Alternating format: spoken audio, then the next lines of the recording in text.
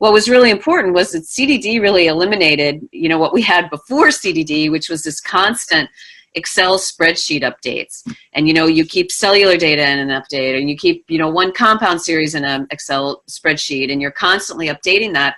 The problem is they end up being really large, they're unwieldy, they're numerous. When you update them, then they have a similar name, and you can't keep track of which version.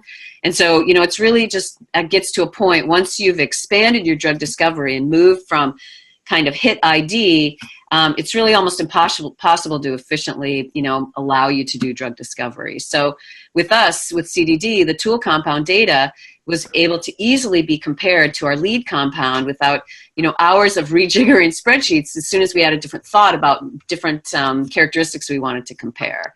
So, for us, that's kind of how CDD has helped us use our tool compounds more efficiently to inform our actual lead compound discovery.